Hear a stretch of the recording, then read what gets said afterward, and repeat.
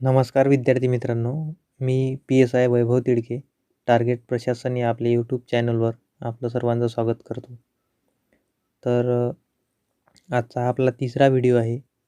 यामध्ये व्हिडिओ ऐकत असताना आपल्याजवळ एखादं पुस्तक आणि एखादी कोरी नोट्स असली पाहिजे, ज्यामध्ये मी सांगितलेली माहिती व तुम्ही वाचत असताना तुम्हाला जे काही नवीन मिळालं ते सर्व त्यामध्ये तुम्ही लिहून काढसाल यासाठी. आणि तिसरी महत्त्वाची गोष्ट, व्हिडिओ ऐकत असताना एकाग्रतेने ऐका, कारण अभ्यास हा आपण एकाग्रतेने केला पाहिजे. या 3 गोष्टीनंतर आज आपण लेक्चरमध्ये काय शिकणार आहोत, तर आज आपण आर्थिक वाढ, आर्थिक विकास व कुझनेट कर्व या 3 टर्म पाहणार आहोत. त्याआधी एक क्वेश्चन कमेंटमध्ये आला होता, की सर तुम्ही सोर्स कोणते कोणते वापरता? तर ज्यावेळेला मी माझी नोट्स बनवली, या नोट्सची लिंक मी डिस्क्रिप्शनमध्ये देत आहो. तिथून तुम्ही ते डाउनलोड करून घ्याल. ज्यावेळेला मी नोट्स बनवली त्यावेळेला कोळंबे सरांचं पुस्तक, देसले सरांचं पुस्तक आणि मृणाल पटेल यांचे व्हिडिओ या 3 सोर्सचा वापर केला होता. परंतु आता ही सर्व माहिती तुमच्यासमोर मांडत असताना यामध्ये काही सोर्स मी अजून वाढवलेले आहेत. ज्यामध्ये जसं Googleवरील काही ऑथेंटिक माहिती असेल, जसं द हिंदू, टाइम्स ऑफ इंडियासारख्या पेपरमध्ये आलेल्या कटिंग असतील त्या संबंधित, किंवा मग करंटशी रिलेटेड क्वेश्चन ज्यावेळेस पडतात. कारण इकॉनॉमिक्सचा जर आपण मागचे क्वेश्चन पेपर पाहिले तर करंटचा आधार घेऊन जास्तीत जास्त प्रश्न विचारण्याचा ट्रेंड त्यामध्ये दिसून येतो. म्हणून करंटशी रिलेटेड माहिती Googleवरून काढतो. त्यानंतर लुसेंटसारखं पुस्तक आहे त्यामधून काही माहिती घेतो. त्यानंतर काही बाबतींमध्ये मी दत्तसुंदरम आणि काही बाबतींमध्ये रमेश सिंग यांच्या पुस्तकामधील सुद्धा काही माहिती मी यामध्ये तुमच्यासमोर मांडतो. म्हणजे प्रत्येकच चॅप्टरमध्ये नाही, परंतु ज्या चॅप्टरमध्ये जे आवश्यक आहे ते सर्व तुमच्यासमोर मांडत असताना उद्देश हाच आहे, की तुमचं काम कमी झालं पाहिजे आणि तुम्हाला एकापेक्षा जास्त सोर्स वाचण्याची गरज नसली पाहिजे. एक व्हिडिओ आणि तुमची स्वतःची नोट्स आणि एखादं पुस्तक, या 3 गोष्टीमधून तुम्ही सर्व माहिती तुमच्याजवळ ऑथेंटिक आणि सोपी भाषेमध्ये त्या गोष्टी तुमच्याजवळ असल्या पाहिजे.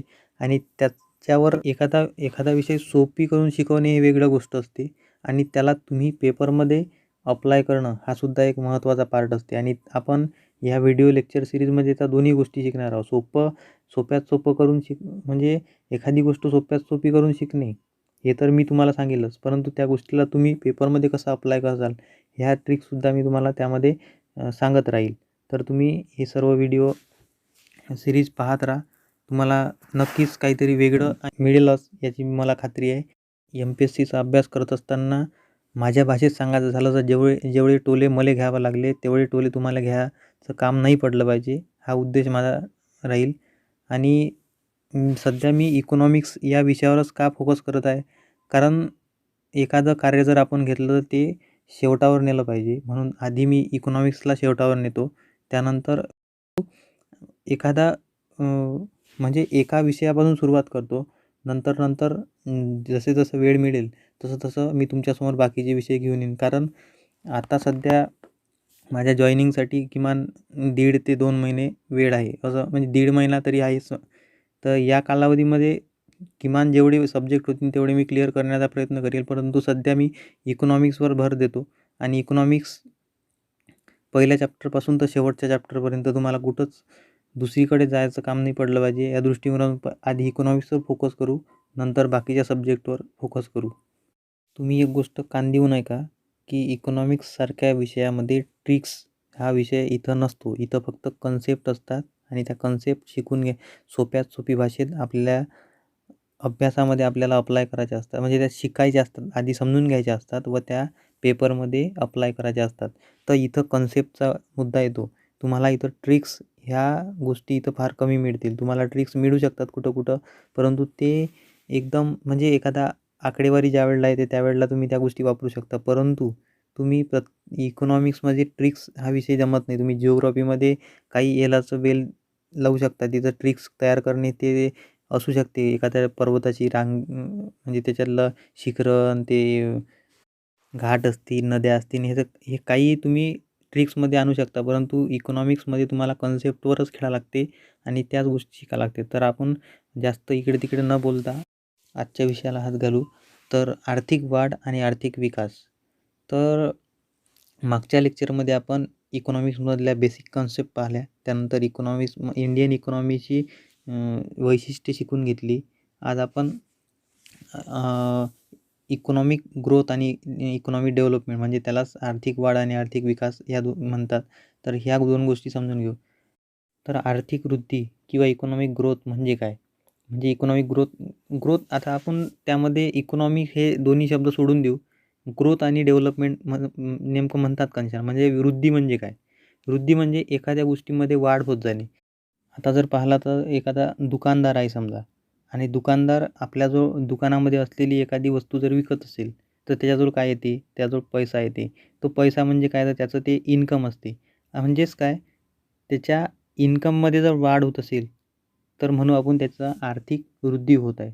हेच गोष्ट जर देश पातळीवर आपण आणली, म्हणजे देश पातळीवर जर या गोष्टीचा विचार केला, तर देशाच्या पातळीवर आपण इन्कम देशाचं कशाला म्हणतात? तर 2-3 प्रकारे आपण त्याला मोजू शकतो. एक GDPद्वारे, त्यानंतर GNPद्वारे, त्यानंतर पर कॅपिटा इन्कमद्वारे. हे जे 3 मॅटर आहेत, हे जर वाढत असतील म्हणजे GDP वाढत असेल देशाचा, GNP वाढत असेल किंवा पर कॅपिटा इन्कम जर देशामध्ये वाढत असेल, तर त्या देशाची आर्थिक वृद्धी होत आहे. म्हणजे यामध्ये पण एक निरंतरता असली पाहिजे. म्हणजे आर्थिक जर उदाहरण घ्यायचं झालं, एखादा कटल्यावाला आहे. तो रोज ₹200 रोज कमावते. एक दिवस त्याला ₹10,000 मिळाले आणि एक दिवस अ, असा आला की त्याला ₹1 सुद्धा मिळाला नाही. तर याला आर्थिक वृद्धी म्हणत नाहीत. म्हणजे ते जे 10,000 त्याला मिळाले होते, त्याला आर्थिक वृद्धी म्हणत नाहीत. तर आर्थिक वृद्धी म्हणजे काय? तर कंटिन्युअसली त्याला ते ₹200 मिळत जाणे. शेवट म्हणजे तर त्या ₹200 वाढ होत असेल 100 म्हणजे ₹300, ₹400 आणि ते त्याला निरंतर जर भेटत असतील, तर त्याला आर्थिक वृद्धी असे म्हणतात. परंतु अचानक ₹10,000 येतात आणि 1 महिना तो बिमार पडते आणि ₹1 सुद्धा त्याच्याजवळ येत नाही. मग या गोष्टीला त्याला आपण आर्थिक वृद्धी म्हणू शकत नाही. ही गोष्ट तुम्ही समजून घ्या, की आर्थिक वृद्धी जर निरंतर त्याच्या इन्कममध्ये ग्रोथ होत असेल, म्हणजे त्या गोष्टीमध्ये खंड पडत नसेल, तर त्याला आर्थिक वृद्धी म्हणतात. आणि आर्थिक वृद्धी आता जर निरंतर हा गोष्ट येत असेल, तर आपल्याला देश पातळीवर GDPशी जर आपण संबंध जोडत असू, तर GDP मोजत असताना 2 प्रकारे मोजले जाते. एक असते करंट इयरची, ज्याला आपण नॉमिनल GDP म्हणतो आणि एक असते बेस इयरशी कंपेअर करून करंट इयर हे बेस इयरशी कंपेअर करून ज्या वेळेला GDPचे आकडे काढतात, त्याला रिअल GDP म्हटले जाते. म्हणजे त्याला आपण म्हणू की नॉमिनल GDP म्हणजे चालू किमतीला काढलेला GDP आणि रिअल GDP म्हणजे काय? तर स्थिर किमतीला काढले. स्थिर किंमत म्हणजे काय? तर बेस इयरशी कंपेअर करून काढलेला आहे. आणि रिअल GDP ज्यावेळेला मोजतो, त्यावेळेलाच ॲक्च्युअल आपल्याला आर्थिक वृद्धी झाली की नाही ह्या गोष्टी समजतात. परंतु GDPपेक्षाही ऑथेंटिक कोणता सोर्स आहे, की जो आर्थिक वृद्धी आपल्याला एकदम परफेक्ट माप आहे? तर आपण म्हणू शकतो की पर कॅपिटा इन्कम. जर पर कॅपिटा इन्कम जर वाढत असेल, तर आपण म्हणू की त्या देशाची आर्थिक वृद्धी होत आहे. आता तुम्ही म्हणाल की आम्ही तर बेरोजगार आहोत, आमचं तर काहीच उत्पन्न नाही आहे. मग पर कॅपिटा इन्कम मोजत असताना देश पातळीवर तर प्रत्येकाचं उत्पन्न त्यामध्ये मोजले जाते. आम्ही तर बेरोजगार आहोत. परंतु देशाचा ज्यावेळेला विचार करतो, त्यावेळेला पर कॅपिटा इन्कम मी मागच्या व्हिडिओमध्ये पण सांगितलं, की GNP भागीला जर देशाची एकूण लोकसंख्या केली, तर त्याचं उत्तर पर कॅपिटा म्हणजे GNP म्हणजे काय? तर एका आर्थिक वर्षामध्ये त्या देशाचं उत्पन्न आणि ते एकूण उत्पन्नाला एकूण लोकसंख्येनं जर भागलं, तर त्याचं दरडोई उत्पन्न म्हणजे पर कॅपिटा इन्कम निघते. पण या पर कॅपिटा इन्कमला जर तुम्ही देसले सरांच्या पुस्तकात किंवा कोळंबे सरांच्या पुस्तकात जर वाचलं, तर पर कॅपिटा इन्कम हे आर्थिक विकास दाखवते असं दर्शवलेलं आहे. आता सोपं उदाहरण सांगतो, की ते आर्थिक वृद्धीशी कसं संबंधित आहे. आता मी हे माझ्या भाषेत सांगतो. एखाद्याजवळ पैसा आहे, एखाद्या माणसाजवळ पैसा आहे, पण त्याला जर खर्च करायची अक्कल नसेल, तर मग ते म्हणजेच काय? त्याची आर्थिक वृद्धी झालेली आहे, पैसा आहे त्याच्याजवळ, पर कॅपिटा इन्कम व्यवस्थित आहे त्याचं, परंतु त्याचं गुणात्मक विकास झालेला आहे काय? नाही आहे. म्हणजे हे एक उदाहरण होतं. आपण म्हणत असतो एखाद्याला पैसा आहे म्हणते त्याच्याजवळ, पण त्याला खर्च करायची काहीच अक्कल नाही. म्हणजे हे उदाहरण तुम्ही इथं लावून पहा, आणि पर कॅपिटा इन्कम खरंच आर्थिक विकासाशी संबंधित आहे की आर्थिक वृद्धीशी संबंधित आहे, याचा विचार करा. ठीक आहे. तर त्यानंतर पाहू आपण आर्थिक वृद्धीमध्ये अजून काय येते.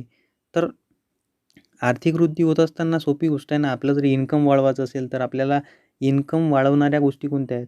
वस्तू आणि सेवांची म्हणजे त्यामध्ये वाढ होणे. ह्या 2 गोष्टी जर वाढल्या तर त्याचं प्रोडक्शन जर वाढलं म्हणजे वस्तू आणि सेवांचं, तर जी-डी-पीमध्ये आपल्याला वाढ दिसून येईल. म्हणजेच वस्तू आणि सेवांच्यामध्ये कशा आहेत, तर ह्या दोन्ही गोष्टी भौतिक वाढ दर्शवतात. म्हणजे वस्तू आणि सेवांचं जर उत्पादन होत असेल, तर त्या दोन्ही गोष्टी भौतिकरित्या आपल्याला दिसतात ना डोळ्यानं. म्हणजे एखादा वकील आहे, तो वकिली करतो. एखादा शिक्षक आहे, तो शिकवण्याची सेवा देतो. तसंच एखाद्या फॅक्टरी आहे, ते एखाद्या गाडीचं जर प्रोडक्शन करत असेल, तर ह्या भौतिक गोष्टी आपल्याला दिसतात. म्हणून ते भौतिकरित्या वाढ होणे, म्हणजे वस्तू आणि सेवांमध्ये ज्यावेळेला वाढ होते, त्यावेळेला ते भौतिकरित्या वाढ होते. आणि दुसरी एक गोष्ट, की आर्थिक वृद्धी एक तर प्लसमध्ये असते किंवा एक तर मायनसमध्ये असते. आता प्लसमध्ये आणि मायनसमध्ये कशी असते, आता जी-डी-पीचा जो वृद्धी दर असते, तो आपण पाहिला की रिअल जी-डी-पीनं आपण मोजत असतो. आता रिअल जी-डी-पी बेस इयरला कंपेअर करून आपण काढत असतो.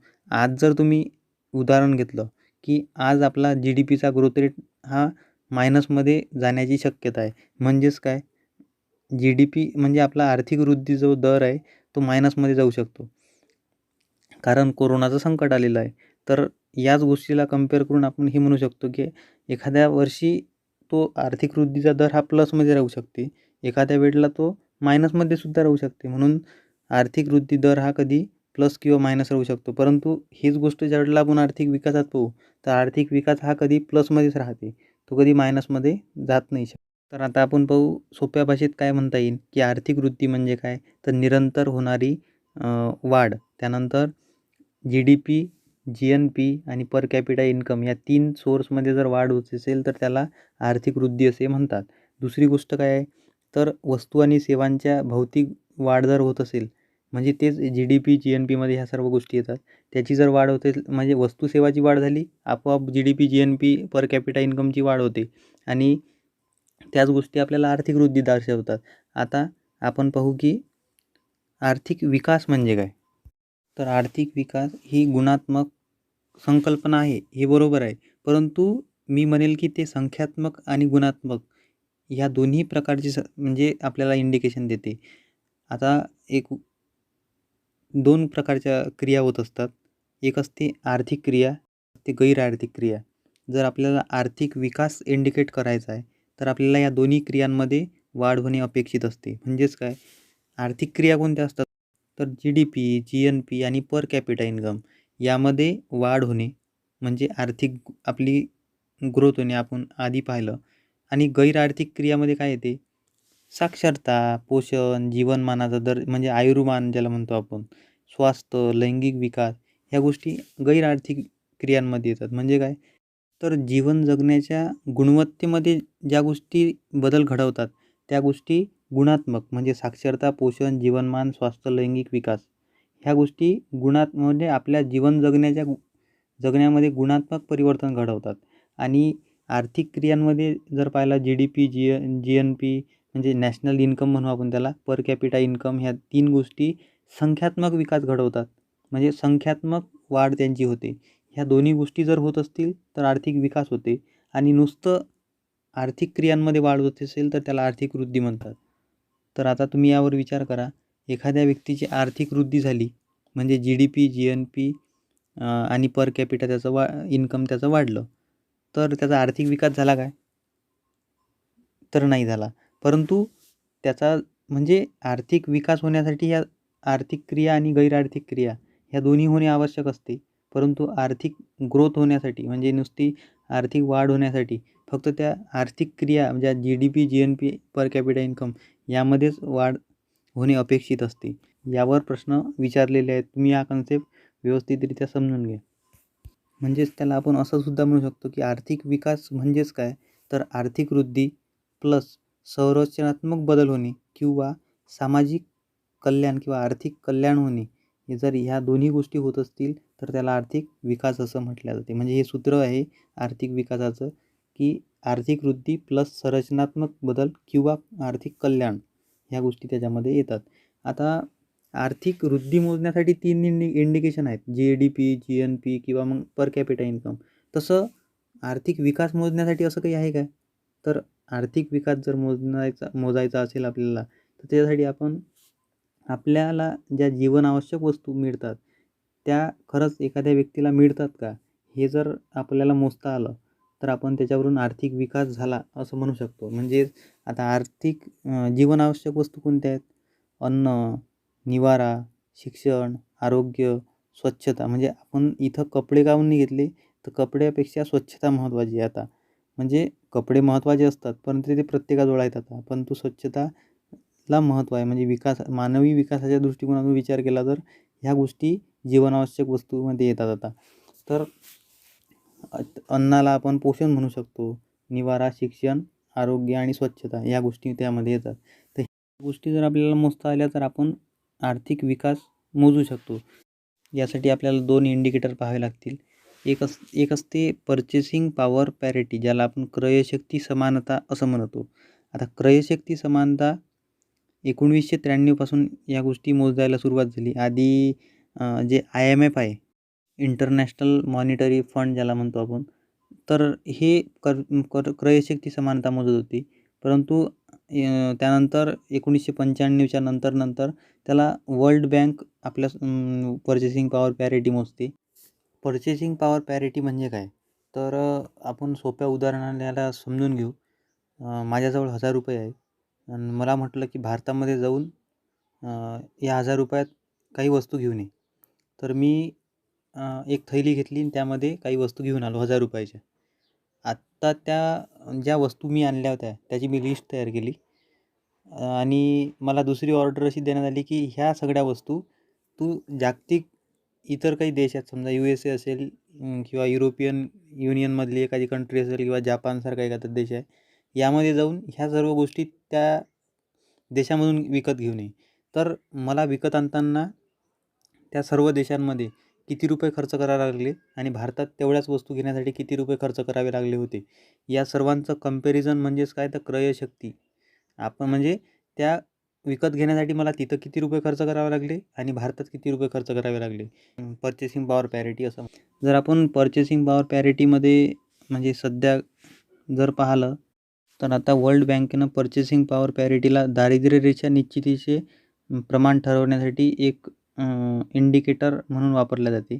तर 2011मध्ये या क्रयशक्तीचे प्रमाण $1.9 प्रतिदिन, म्हणजे जर एखादा व्यक्ती कमावत असेल तेवढं $1.9, तर तो दारिद्र्य रेषेच्या वरती आहे असं म्हटलं जाते. भारतामध्ये 2012मध्ये दारिद्र्य म्हणजे रेषेखालील लोकांची संख्या जर पाहिली $1.9 प्रतिदिन या निकषानुसार, तर 25.95 कोटी लोक दारिद्र्य रेषेखाली होते असं आपण तिथं म्हणू शकतो. तर त्यानंतर दुसरा इंडिकेटर काय आहे, तर दुसरा इंडिकेटर आहे मानव विकास निर्देशांक, म्हणजे ज्याला आपण ह्युमन डेव्हलपमेंट इंडेक्स असं म्हणतो. आता ह्युमन डेव्हलपमेंट इंडेक्स जो आहे तो वेगळा अभ्यासाचा पार्ट आहे, कारण त्याच्यावर क्वालिटी क्वेश्चन विचारले जातात. म्हणून ह्युमन डेव्हलपमेंट रिपोर्टच्या अंतर्गत 5 प्रकारचे रिपोर्ट निर्देश केले जातात. तर त्यामध्येच ह्युमन डेव्हलपमेंट इंडेक्स हा पहिला रिपोर्ट आहे. त्यानंतर बाकीचे 4 रिपोर्ट असतात. तर आपण त्या संबंधी सर्व माहिती पुढच्या लेक्चरमध्ये पाहू. तर हे पर्चेसिंग पॉवर पॅरिटी आणि ह्युमन डेव्हलपमेंट रिपोर्ट ह्या दोन्ही गोष्टी मिळून आपण एखाद्या देशाचा आर्थिक विकास शोधू शकतो. तर ही आर्थिक विकास ही संकल्पना कुणाच्या डोक्यातली आहे, तर आर्थर लेविस, म्हणजे आर्थर लिनियस असं सुद्धा म्हणतात त्यांना. तर फादर ऑफ डेव्हलपमेंटल इकॉनॉमी असं यांना म्हटलं जाते. यांचं एक पुस्तक होतं, the theory of economical growth.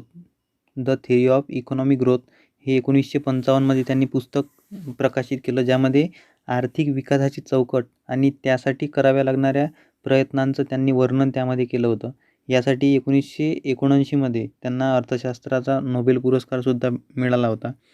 तर यांचं नाव तुम्ही लक्षात ठेवाल, कारण परीक्षेच्या दृष्टिकोनातून हे जे काही अर्थतज्ञ असतात, ठराविकच आहेत काही, त्यांचं कार्य महत्त्वाचं असते.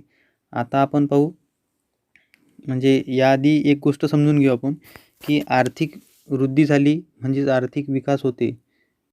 असं आपण म्हणू शकत नाही. कारण आर्थिक वृद्धी होताना 3च घटक वाढतात. GDP, GNP, नॅशनल इन्कम आणि पर कॅपिटा इन्कम ह्या 3च गोष्टी वाढतात.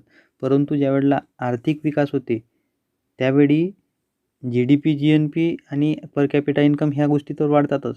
सोबत ज्या गुणात्मक वस्तू आहेत म्हणजे बाबी आहेत, जसं शिक्षण, पोषण, स्वास्थ्य वगैरे ह्या गोष्टी आहेत, ह्यासुद्धा वाढतात. म्हणजे त्यामध्ये गैर आर्थिक क्रिया आणि आर्थिक क्रिया ह्या दोन्ही आर्थिक विकासामध्ये वाढतात. परंतु आर्थिक वृद्धीमध्ये फक्त आर्थिक क्रियाचीच वाढ होते. म्हणजेच आर्थिक वृद्धी झाली म्हणजेच आर्थिक विकास झाला असं आपण म्हणू शकत नाही.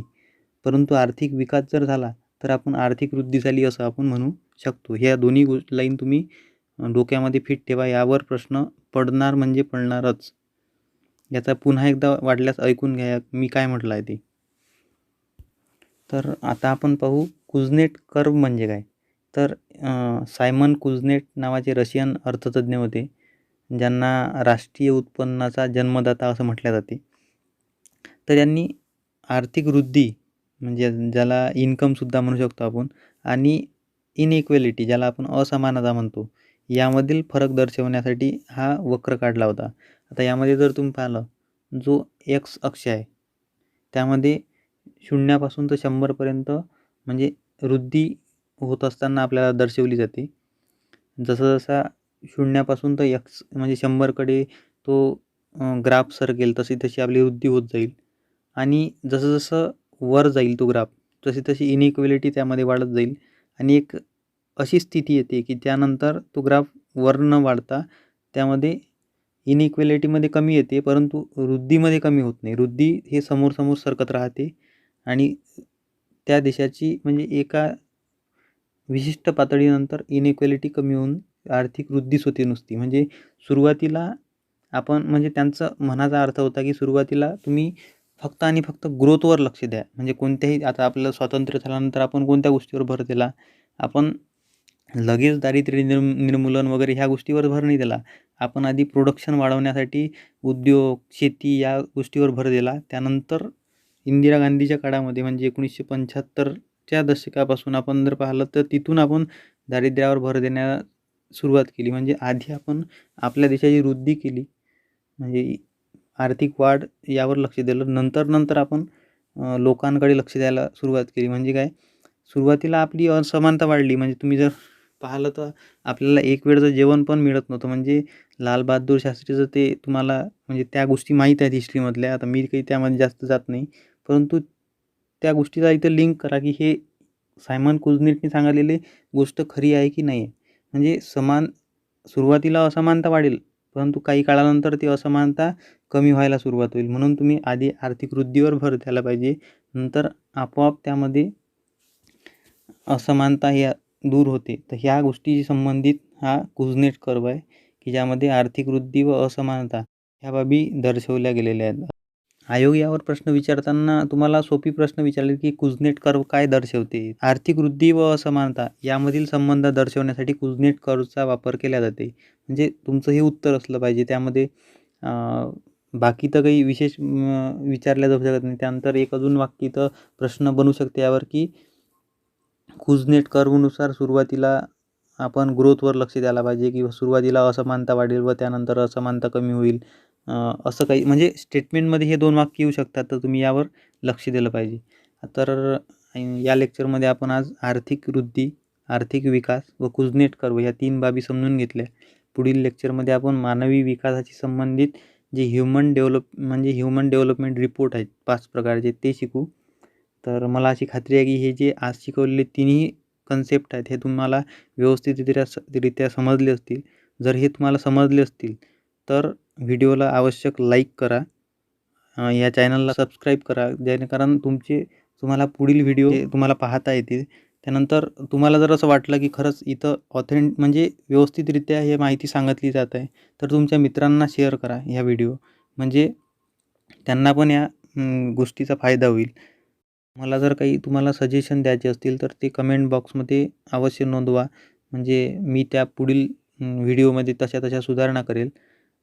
तर आपण लगेच पुढच्या व्हिडिओमध्ये भेटू. तोपर्यंत धन्यवाद.